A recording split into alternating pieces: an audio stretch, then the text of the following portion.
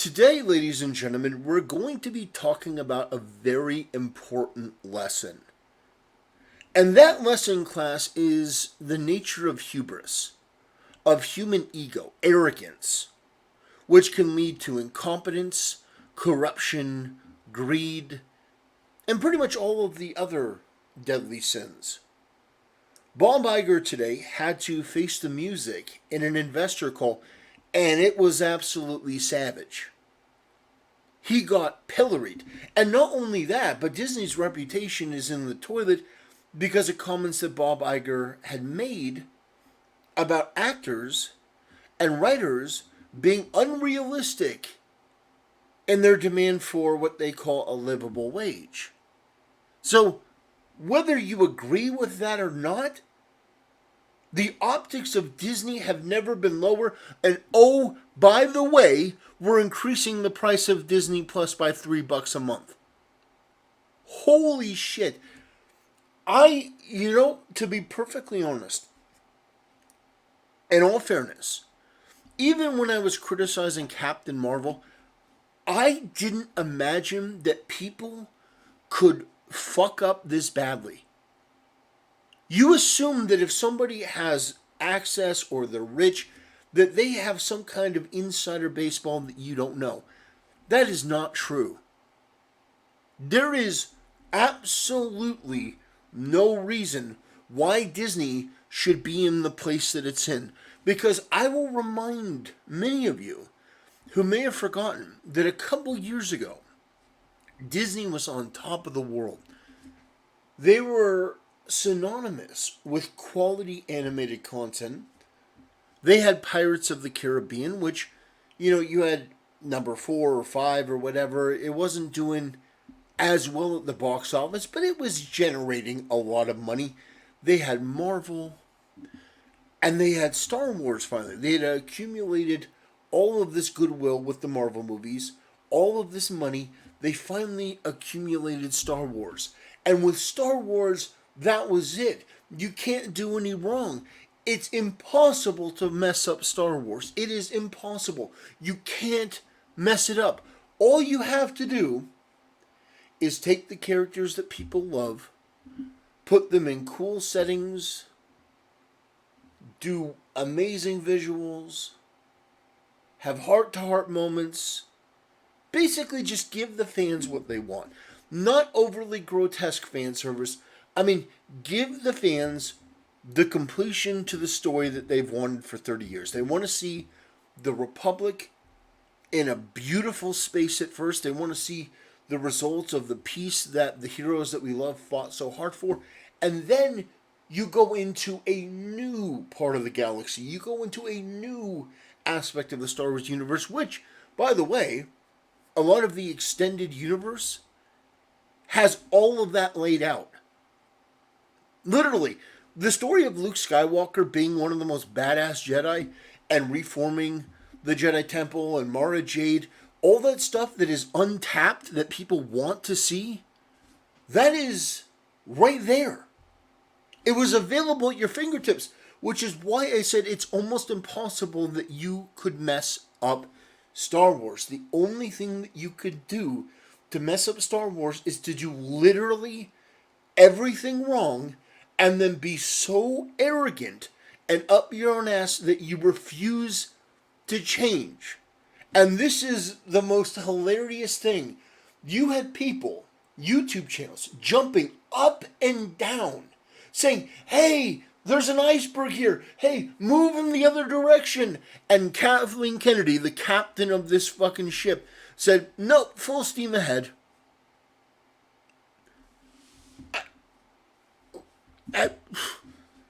Okay, hey, let's make a bunch of Star Wars movies. Let's not have any plan for them. Yeah, if it were me, because I'm not a fucking retard, because I'm not an idiot, if you had given me the Star Wars franchises and said, okay, you got the money of Disney, the influence of Disney, I would say, well, I understand. I'm not qualified to write a Star Wars story. I would get the best Star Wars minds and say, look, you're going to do a brainstorming. You've got 3 movies. Here's what George wrote. This is his vision. If you can sort of expand on this and make it something for our brand of movie, but also being a little bit edgy, being a little bit Star Wars, being a little bit rebel. You got to be a little bit darker than in the Marvel movies. If they had done that, they would be printing cash. Do you understand? I understand that I may be coming off in a certain way, but as a businessman, I look at this and it makes me sick. I don't have anything invested. I sold my stock in Disney a while ago, but holy criminy. Star Wars, The Old Republic, Knights of the Old Republic, Knights of the Old Republic 2.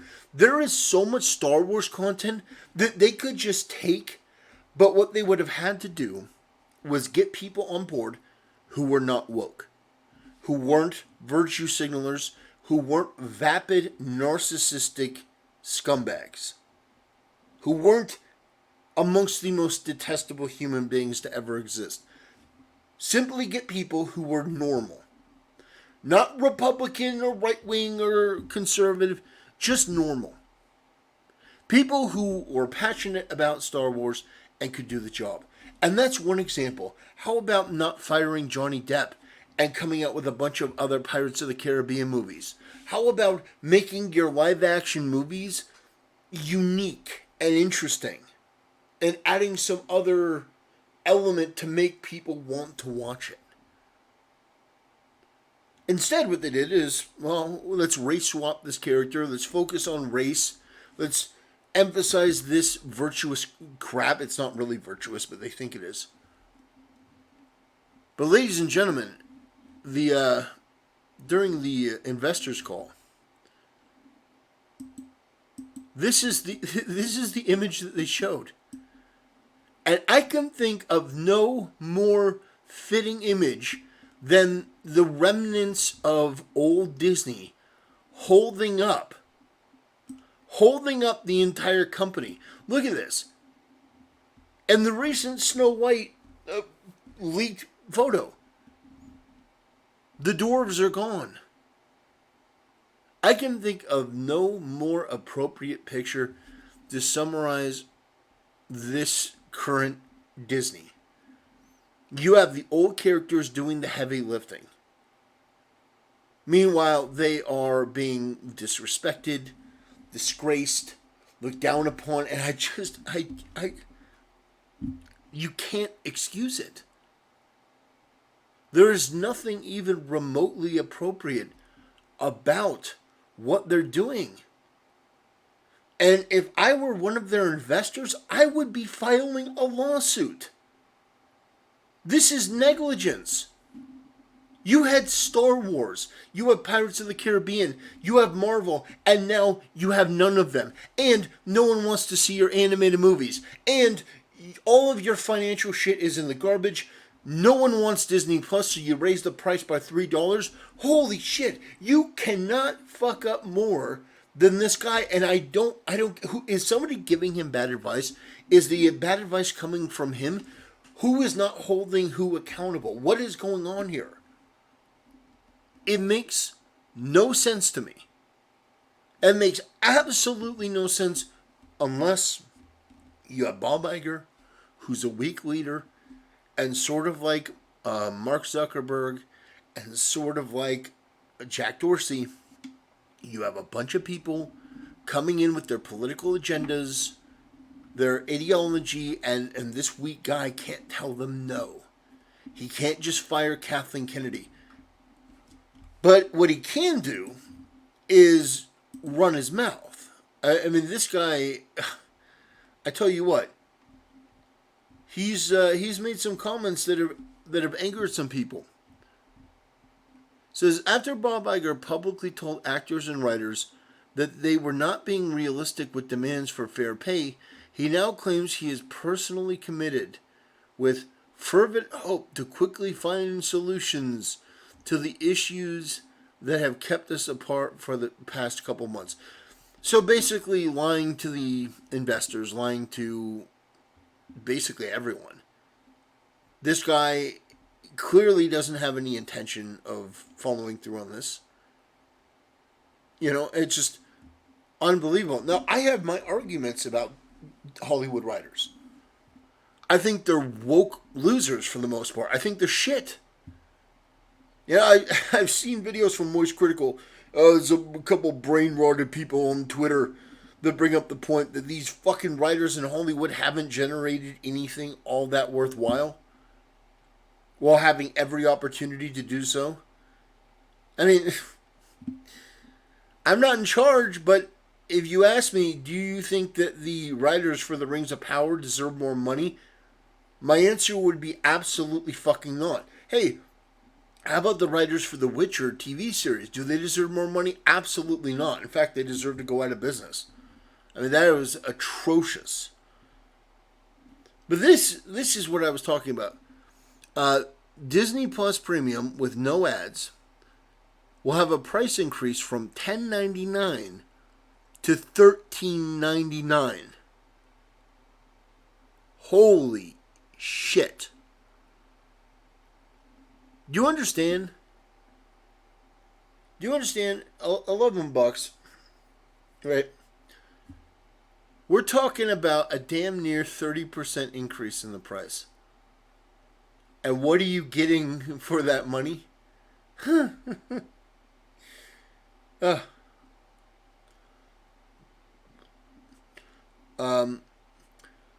SAG-AFTRA members only make $26,000 a year or less. Not enough even to qualify for health insurance. Their demands equate to just 0.09 of the... so they want 0.09% of the average large studio's profit?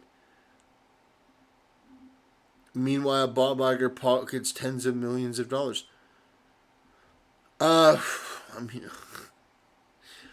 This is just communist gobbledygook. Oh, the actors should own the means of production. It's garbage. $26,000 for a writer's gig for some of the work that we've seen. They are way overcompensated. Holy shit.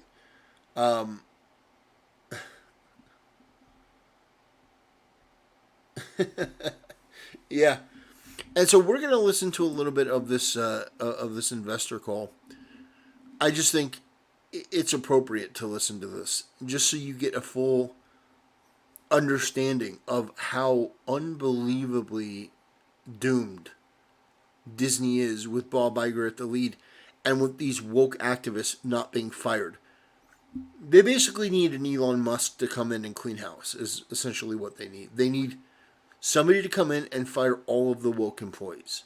Fire all of them in a humiliating fashion and basically just throw them out. Don't give them a chance to ruin anything or do anything. Lock them out of their stuff. Get them out of there. They're not worth anything. They're not worth the time or the money that you've been paying them. You've been hemorrhaging cash. You've insulted your audience over the years, by the way. But yeah, you've done a lot of damage. Please also note today's event is being recorded. At this time, I'd like to turn the floor over to Alexia Quadrani, Executive Vice President of Investor Relations. Please go ahead. Good afternoon. It's my pleasure to welcome everybody to the Walt Disney Company's third quarter 2023 earnings call. Our press release was issued about 25 minutes ago and is available on our website at www.disney.com/investors. Today's call is being webcast, and a replay and transcript will also be at Disney. In this quarter, Financial Officer. Following comments from Bob and Kevin, we will be happy to take some of your questions. So with that, let me turn the call over to Bob to get started. Thanks, Alexia, and good afternoon. In the 8 months since I returned, we've undertaken an unprecedented transformation at Disney, and this quarter's earnings reflect some of what we have accomplished. First, the company was completely restructured, restoring creativity to the center of our business. We made important management changes and efficiency improvements to create a more cost-effective, coordinated, and streamlined approach to our operations. We aggressively reduced costs across the enterprise, and we're on track to exceed our initial goal of $5.5 billion in savings. And perhaps most importantly, we've improved our DTC operating income by roughly $1 billion in just 3 quarters, as we continue to work toward achieving DTC profitability by the end of fiscal 2024.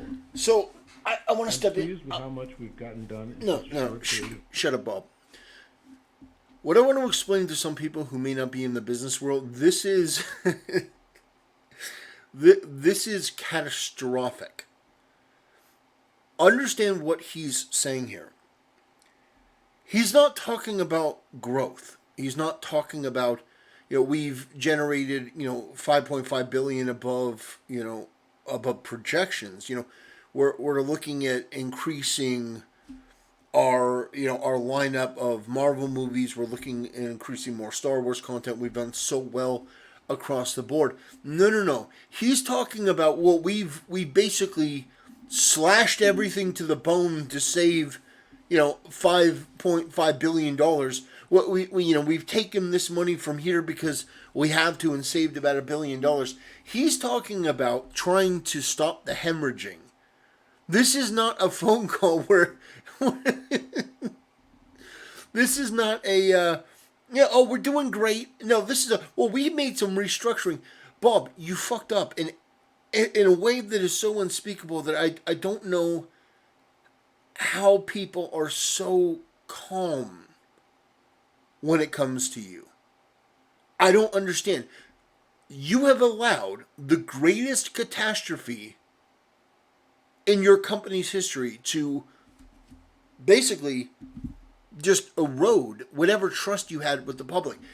You allowed your most profitable franchises to be ruined, to be turned into the MCU and diversity is our strength bullshit. You allowed your most profitable franchises to be turned into a fucking joke. A Black Little Mermaid, a Black Ariel, are you fucking kidding me? That was your idea? That was your grand plan? All the while calling audiences racist? And you thought that this was going to lead to profitability? What the hell is wrong with you? You thought that allowing people to go on social media from official accounts working with Disney and to accuse the Star Wars community, the old classic cartoon community, you allowed your people to insult the people that you want to pay you. And then you produce substandard work, garbage, redundant crap. You spent so much money, you were so bloated with cash because of the successes that your current people were ripping down and shredding apart, that you became egotistical, arrogant, overconfident. And now you sit here before saying, no, it's not that bad. No, it's worse. You have failed, but you had every measurable advantage. You had every opportunity. There is no one in history that had more of an advantage than you, and you fucked it up. How on earth could you have allowed Kathleen Kennedy to release The Force Awakens? How did you not step in and put a stop to that and say, no, no, no. We are not redoing the original Star Wars, but with a female lead and a more quote-unquote diverse cast. No, we're going to make this authentic, good quality Star Trek under George's vision. How could you not do that? How could you be so arrogant? And now you try to put a positive spin on this, whatever, but you're not fooling anyone. And I've listened to some of this video call. You're about to get fucking spit roasted. We should put a Brazzers logo in the corner. Time, but I also know we have a lot more to do. Before I turn the call over to Kevin Lansbury, our interim CFO, I'd like to elaborate on the state of our company and the transformative work we are still undertaking. As I've said before, our progress will not always be linear. But despite near-term headwinds, I'm incredibly confident in Disney's long-term trajectory because of the work we've done, the team we have in place, and because of Disney's core intellectual property foundation. I just want you to listen to what he's saying. In terms of blank platitudinal bullshit, yeah, that's fine. It's like, oh, we still have a strong foundation of things. Understand that everything that he just said there is wrong. Your team that you have in place is wrong. They are terrible. And they have made terrible decisions across the board. Bob Feige is not immune from this. There are many people that are making absurdly awful decisions, spite-driven decisions, giving interviews, talking about how diversity is our strength, and we're going to focus more on the MCU. First of all, no one wants the diversity that you're selling. No one wants the MCU. What people want, and it's really simple, get back Robert Downey Jr., bring back Chris Evans, if you can, and bring in Chris Hemsworth. Give them whatever money you have. Do another Avengers movie. Make it good. And here's the challenge. Have it be about them and some story. And have that be the main focus. Don't mention diversity. Don't mention race. Don't mention gender. Nothing about sexual orientation. Just the appeal of a good old-fashioned Avengers movie with this cast coming together again for one last time. You can market it as the last time. This is the last Avengers movie. This is the last time these people are together, and throw a bunch of money at them. That'll generate you a lot of cash. But no one wants all of these reimagined and remade and woke and quote-unquote diverse and inclusive, and no one wants any of that. No one wants any of that. At all. And you're in the state that you're in because you have a bad team. You have disrespected the legacy of Disney. The characters that you have, the movies that you have disrespected them. If you remade Cinderella, I guarantee you, it would not be a story like Cinderella. It would be in fact, I think Amazon did remake Cinderella, where there was a gay black fairy godmother, and Cinderella wasn't white. She was some other, Indian, some mixed race individual. And it was horrible. And it was atrocious. You allowed that to happen. Because you think that you're too good for the classics while trying to use the classics to keep investors from wringing your neck. Moving forward, I believe 3 businesses will drive the greatest growth and value creation over the next 5 years. They are our film studios, our parks business, and streaming, all of which are inextricably linked to our brands and franchises. Holy shit. Looking to Disney Entertainment Studios, we're focused on improving the quality of our films and on better economics. Not just reducing the number of titles we release, but also the cost per title. That's good. And we're maximizing the full impact of our titles by embracing the multiple distribution windows at our disposal, enabling consumers to access our content in multiple ways. For example, Avatar: The Way of Water, which is now the 3rd highest grossing film of all time, is also on track to be the biggest ever electronic home video release for Disney domestically. Certain other titles will be sold in the download-to-own window as well. By focusing on big franchises and tentpole films, we're able to generate interest in our existing library. For example, we're seeing tremendous engagement on Disney Plus with the previous Guardians of the Galaxy films, the original Avatar, and the first 4 Indiana Jones movies. But the value of our Disney Entertainment Studios, and the reason this will be a key growth business for us, extends far beyond our library and new releases. What sets Disney apart are the numerous ways we're able to reach consumers with the stories and characters they love, including in our parks and resorts. We'll be opening new Frozen-themed... Yeah, except for you just race-swapped Ariel, made her black, made one of the worst remakes I've ever seen. You hire actresses to play, characters like Mulan, who are terrible people, just unlikable, not endearing, not what you would imagine a Disney princess to be. Rachel Zellweger, who's going to be playing Snow White, she's going on a media tour, promoting her brand of narcissistic feminist garbage, trashing basically Snow White and the Disney company and Walt Disney himself, and basically going on, oh, it's not 1937 anymore, it's 2023, which is basically meaningless gobbledygook nonsense. But you have hired the worst people in the world. You have adopted a message of far left fanaticism, delusion, spite, this racist and incredibly sexist ideology known as wokeness, known as far left extremism and Marxism, if you want to call it what it really is. You have adopted this into your business. It has polluted every element of what you're doing.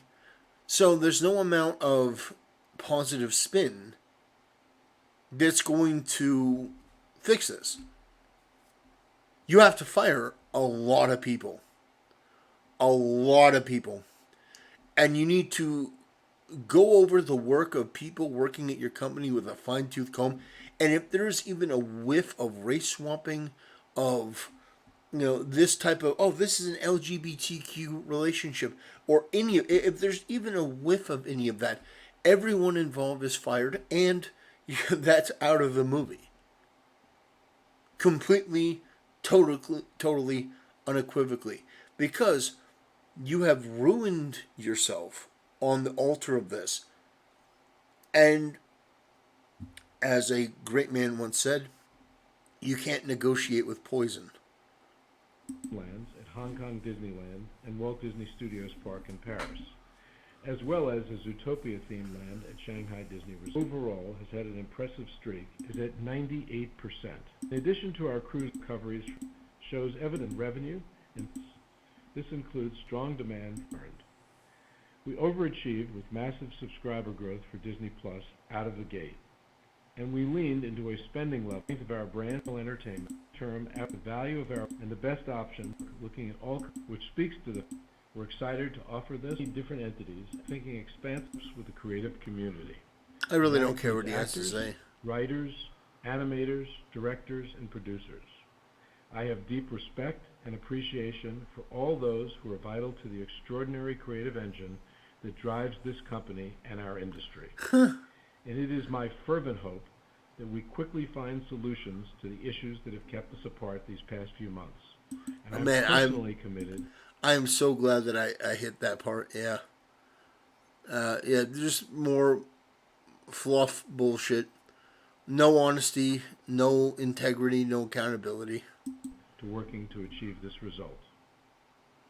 In closing, I returned to Disney in November, and I've agreed to stay on longer because there is more to accomplish before our transformation is complete. Because you've done such a good job. Because I want to ensure a successful transition for my successor.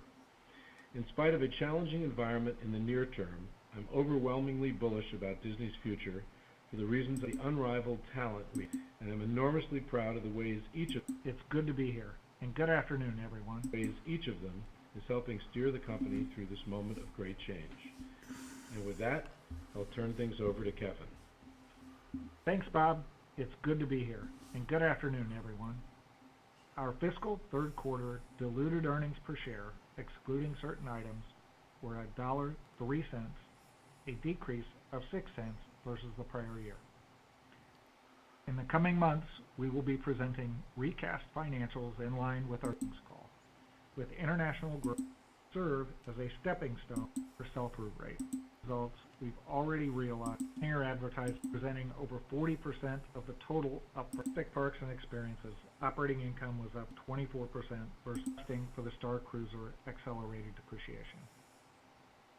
Domestic parks attendance related to the closure of the Galactic was up 24% versus pre-pandemic results in fiscal 19, but declined 13% versus the prior year. In addition to the inflationary cost pressures we have discussed on prior calls, and some of the near-term headwinds at Walt Disney World that Bob mentioned earlier, results reflect an approximately $100 million accelerated Headwinds. depreciation charge, Here's another word for related to the headwinds. closure Your of own the Galactic fucking Archive failure. spend, and the burn-off, which is lower investments to generate. Can we assume that most of those TV Our first question comes from Phil Cusick from J.P. Morgan. Please go ahead with your question. Hi, thank you. Bob, the linear business is clearly under pressure, and you made it clear recently that all options are being considered. I'm curious, though, what the practical considerations are of separating assets like ABC, National Geographic, or others from both ESPN, where sports are integrated, or from Hulu, which is kind of the next generation distribution platform. Can you talk about that? And then second, can we assume that most of those TV assets have been fully depreciated? Thank you. Clearly, if we are to do anything significant in terms of called strategic direction for the linear nets, we have to keep in mind the need for content to ultimately fuel our DTC businesses, notably, as you mentioned, Hulu. So anything that is to be done would be done with an eye toward maintaining a rich flow of content to fuel our growth business, and that will be streaming.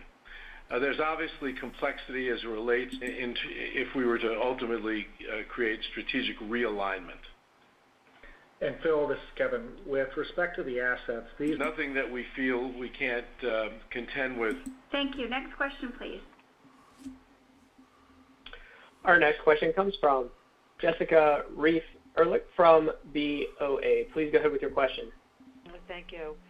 Bob, maybe just to follow up on your prepared remarks and film being core strategic, can you share with us how you plan to improve the movie performance, or maybe the time frame, or create more original content? Just give us more color. And then a follow-up to something you said on DTC and Password Crackdown.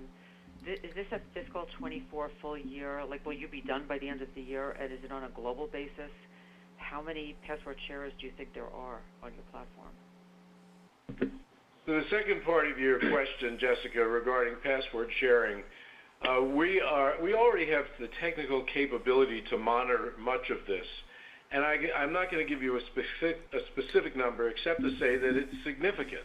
What we don't know, of course, is as we get to work on this, how much of the password sharing, as we basically eliminate it, will convert to growth in subs. Obviously, we believe there will be some, but we're not speculating. What we are saying, though, is that in calendar 24, we're going to get at this issue. And so while it is likely you'll see some impact in calendar 24, it's possible that we won't be complete, or the work will not be completed within the calendar year. But we certainly have established this as a real priority, and we actually think that there's an opportunity here to help us grow our business. Regarding our studio performance, let's put things in perspective a little bit. The studio has had a tremendous run over the last decade, perhaps the greatest run that any studio has ever had, with multiple billion-dollar hits. Hey, guys, nothing to see here. Yeah, my house burnt to the ground. But did you know 10 years ago I used to have parties here all the time? Oh, it's amazing. Yeah. Oh, that plane crashed. That plane crashed, and it is a complete pile of rubble, casualties everywhere. Oh, but that plane 10 years ago ran from place to place just fine. This is the most delusional bullshit. It is just pure cope. It is a man who is incapable of taking responsibility. This is not a leader. No. It doesn't matter how good your movies were 10 years ago. And by the way, even 10 years ago, I mean, let's be real, they were all right. You have been stagnant for a long time. You haven't made any hand-drawn animated movies for a long time. Your 3D animated movies are shit for the most part. You are getting upstaged and outclassed by DreamWorks. Puss in Boots, The Last Wish, was better than anything that you've put out digitally in terms of animation in decades. So the fact that you had a couple $1 billion successes, how's that doing for you? Does it make sense to dredge up the past? How you doing right now? You have tanked Star Wars. You have ruined it. A multi-billion-dollar franchise with limitless potential. The goose that laid the golden egg, you cut off its head and you made fried chicken. You have done a terrible job, and terrible doesn't even begin to cover it. You have been disastrous. You have been an absolute calamity. There is no one, other than maybe Kathleen Kennedy, that could have done as bad a job as you have. You are not a leader, Bob Iger. You are not a visionary. You are a suit. And you're an egotist and you're a moron. How you can fuck this up to such a degree is beyond me. Even if you have people in your ear saying, oh, you should embrace this ESG score and this bit of wokeness and this bit of diversity, inclusion, equity bullshit that is a pure cancer to culture and content and art and creativity. If you were somebody that was looking to make money, looking to increase your reputation and your brand awareness and to make these franchises must-see household names that everyone is talking about positively, you couldn't have done a worse job. But, yeah, a couple movies made $1 billion. Woo. Woo. And including, by the way, two that were relatively recent, or one in particular, Avatar, the Way of Water. Nice try. Now, Avatar, The Way of Water was something that's been in the works for, over a decade? I mean, it's been in the works for a long time. This isn't something recent that just happened. The movie came out, it did very well. And we also had a pretty strong performance with Guardians of the Galaxy 3, which has done, I think, approximately $850 million in global box office. That said, the performance of some of our recent films has definitely been disappointing, and we don't take that lightly. And as you'd expect, we're very focused on improving the quality and the performance of the films that we've got coming up. You have not once improved the quality of anything. In fact, it's gotten worse. You have never once taken the numerous failures and actually put in some work to fix it and make it better. Star Wars is the perfect example. You allowed Kathleen Kennedy to make the same mistake over and over and over and didn't do anything to stop her. Hey, you know what? People don't like this overbearing girl boss, feminist, garbage character that is just an absolute drain to the entire franchise. Yeah, so let's do it in every movie, every TV show. Let's have it everywhere. What a fucking joke. That I'm working closely with the studio on. I'm personally committed to spending more time and attention on that as well. All right, operator, next question, please. Our next question comes from Ben Swinburne from Morgan Stanley. Please go ahead with your question. Thank you. Good afternoon. Bob, the press is out with the price increase information for later this year tonight. I'm just wondering, now that you've been through one Disney Plus price increase here in the U.S. and multiple Hulu and ESPN increases, sort of how you're thinking about the pricing power of the product as you go into these even more significant increases, and whether you think you can, hold your customer base as you raise prices. And obviously some big news with ESPN Bet. Why now and why Penn? Can you just talk about your vision, or Jimmy's vision, for the ESPN product over time that stems from this announcement, and other thoughts on ESPN's future? Ben, as you know, I think as we've said before, we took a pretty significant price increase at Disney Plus sometime late in calendar 22. Mm-hmm. And we really didn't see significant churn or loss of subs because of that, which was actually heartening. It's important to note, though, that the price increase that we've just announced is a price increase for the premium product or the non-advertiser supported product. We're actually keeping the advertiser supported product flat in terms of prices. That's being done for a reason. Obviously, it's been noted by Kevin in his remarks. The advertising marketplace for streaming is picking up. It's more healthy than the advertising marketplace for linear television. We believe in the future of advertising on our streaming platforms, both Disney Plus and Hulu, and we're obviously trying with our pricing strategy to migrate more subs to the advertiser-supported tier. It also should be noted, as I think I mentioned in my remarks, that we're increasing the price because we want more people to drop down and join the advertiser. Oh my God. At least he's honest. Another 30% increase. And he just admits, yeah, it's because I want people to go to the advertiser version. A substantial amount of new subscribers to Disney Plus are signing up for the ad-supported tier, which suggests that the pricing is working for us in that regard. So we're looking at this very carefully. One thing I think that I should also note is that we grew this business really fast, really before we even understood what our pricing strategy should be or could be. And we're really just getting at, and I'd say in the last 6 months, a pricing strategy that's really aimed at enabling us to improve the bottom line, ultimately to turn this into a growth business. And God, this guy is such a fucking loser. So basically what he's saying here is we didn't have any idea what we were doing. What? What? That's your response? Hey, we didn't know what we were doing. Well, we were crazy to charge $6.99, $7.99. Huh?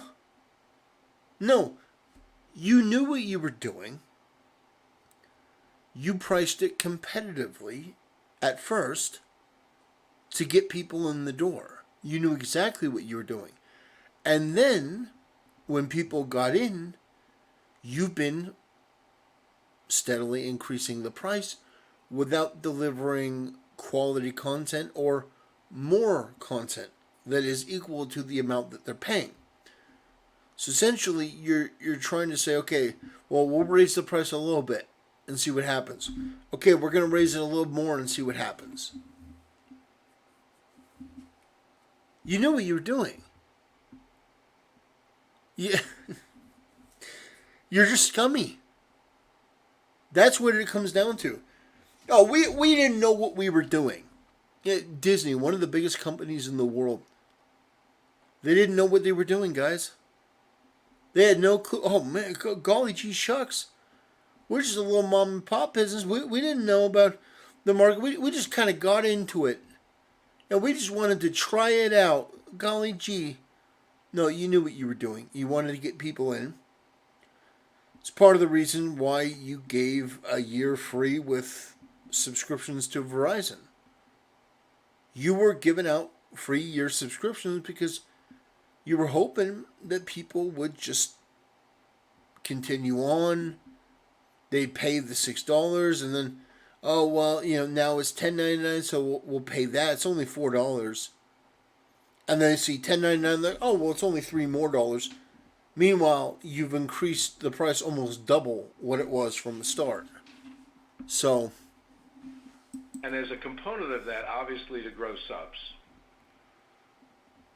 Anything on ESPN? By the way, Disney is hemorrhaging subscribers. Just ignore that little nugget. Yeah, Disney has been hemorrhaging subscribers. People have been talking about this for months. They've been hemorrhaging subscribers. On ESPN Bet, you say, why now? Well, we've been in discussions. There's an opportunity, an offer to us, a growth engine. Thank you. Operator, next question, please. Our next question comes from Michael Nathanson from MoffettNathanson. Please go ahead with your question. Thanks. Hey, Bob. I have two for you. One is, given the thinking you've done about the future of Disney, why doesn't it make sense to create two Disney companies? One focused on parks, CP, Disney Plus, and then the studio IP that drives that flywheel, and then one on everything else. So why not make a clean break? And then secondly, on ESPN, you've been talking about partnerships. I wonder if you have a vision for the streaming content vision of ESPN now in Maryland. Michael, on the first part, I'm not going to comment on the future structure of the company or the asset makeup of the company.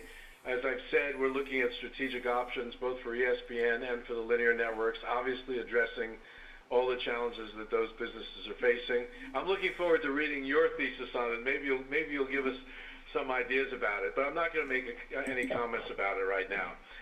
Regarding the second question and ESPN, the strategic partnerships that we're increasing the content that ESPN flag, make that a success and satellite in this regard. That And Cahill from Wells Fargo, please go ahead with your question. Thank you. Bob, you said you're now on track to exceed that initial goal of $5.5 billion in cost savings, and DTC came in ahead in the quarter. As you think about the future of this business long term and getting to kind of the price and cost structure that you're aiming for, do you have any expectations for longer term DTC margins? It just seems like you're meaningfully below where Netflix was at a similar revenue scale. So I'm wondering how you think about that 15 or 20% margin level as that business gets above $20 billion in revenue this year. And then just secondly, as a follow-up, given that you have the Hulu put coming up next year, what are your thoughts on your ability to fund that transaction as we head into that time horizon? Thank you. Our streaming business is still actually very young. In fact, it's not even 4 years old. It launched in November of 2019. And we love to have the margins that Netflix has.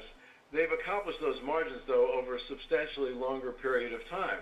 And they've done so because they figured out how to really carefully balance their investment in programming with their pricing strategy and what they spend in marketing. Because we're new at all of this, we actually have not really achieved the kind of balance we know we need to achieve in consumption. Very, very short on this call and in our comments is another way to do that.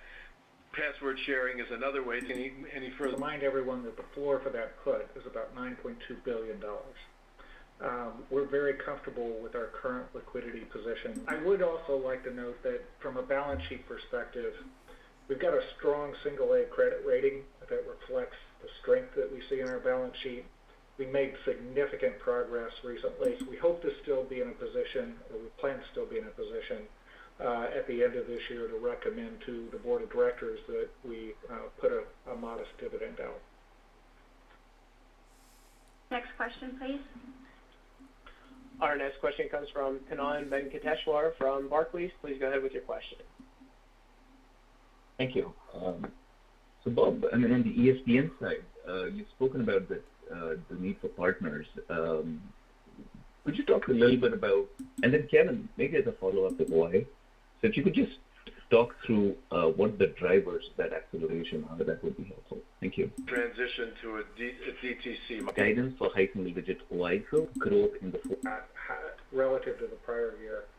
Thanks. So I'm curious how your experience with Disney Plus Hotstar has shaped your view on your long-term international streaming strategy. Are you thinking about maybe exiting those markets or any markets and maybe focusing more on content licensing or partnerships? And is it essential that you reshape that international strategy in any way to meet your long-term profitability objectives?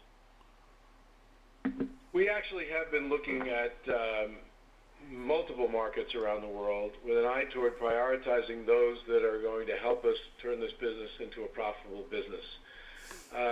What that basically means is there are some markets that we will invest less in local programming but still maintain a service. There are some markets that we may not have a service at all. And there are others that we'll consider, I'll call it high potential markets, where we'll invest nicely for local programming, marketing, and basically full service content in those markets. Basically what I'm saying is not all markets are created equal.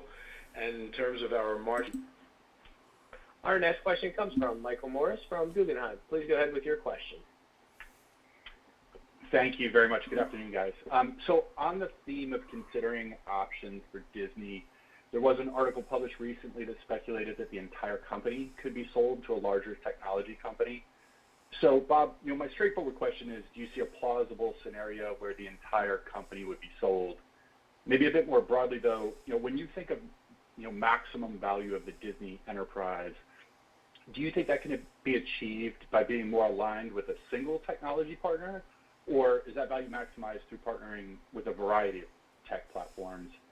And if I could just sneak one in on the Penn Gaming announcement, will you forego advertising partnerships with all other betting or sports gaming partners, and if so, the technology company or not? Okay, and then Michael, with respect to Reconciliation of our non-GAAP measures that were referred to on this call to equivalent GAAP measures can be found on our investor relations. All right, so that was it. That was the Disney financial conference call, and holy shit, was it a disaster. I mean, Bob Iger got savaged. I mean, that was brutal. Absolutely brutal. That was not like oh, hey, things are going great, guys. And honestly, I don't know how he continues to be at Disney at all. I don't know how the board doesn't vote him out. I don't know how people there are willing to put up with what they're willing to put up with. Because the whole point of Disney should be about making good content and making money. But instead, it's about wokeness. It's about fighting, parental rights. It's about supporting this degenerate cult known as LGBTQ. It's about all these other things that have nothing to do with Disney as a business or profitability or advancing forward. So, ladies and gentlemen, that'll do it for today's video. I don't see any future in Disney. I'm not going to be renewing my Disney Plus subscription. I'm not paying $13.99, or I'm not paying for ads, by the way, either. That whole thing, that's ridiculous. I'm going to pay money to access your platform, and then you're going to feed me ads? No, fuck you. You greedy, incompetent scumbag. Anyway, that'll do it. Have a great day, ladies and gentlemen. And just remember that no matter how bad you think your day may be, at least you're not Bob Iger.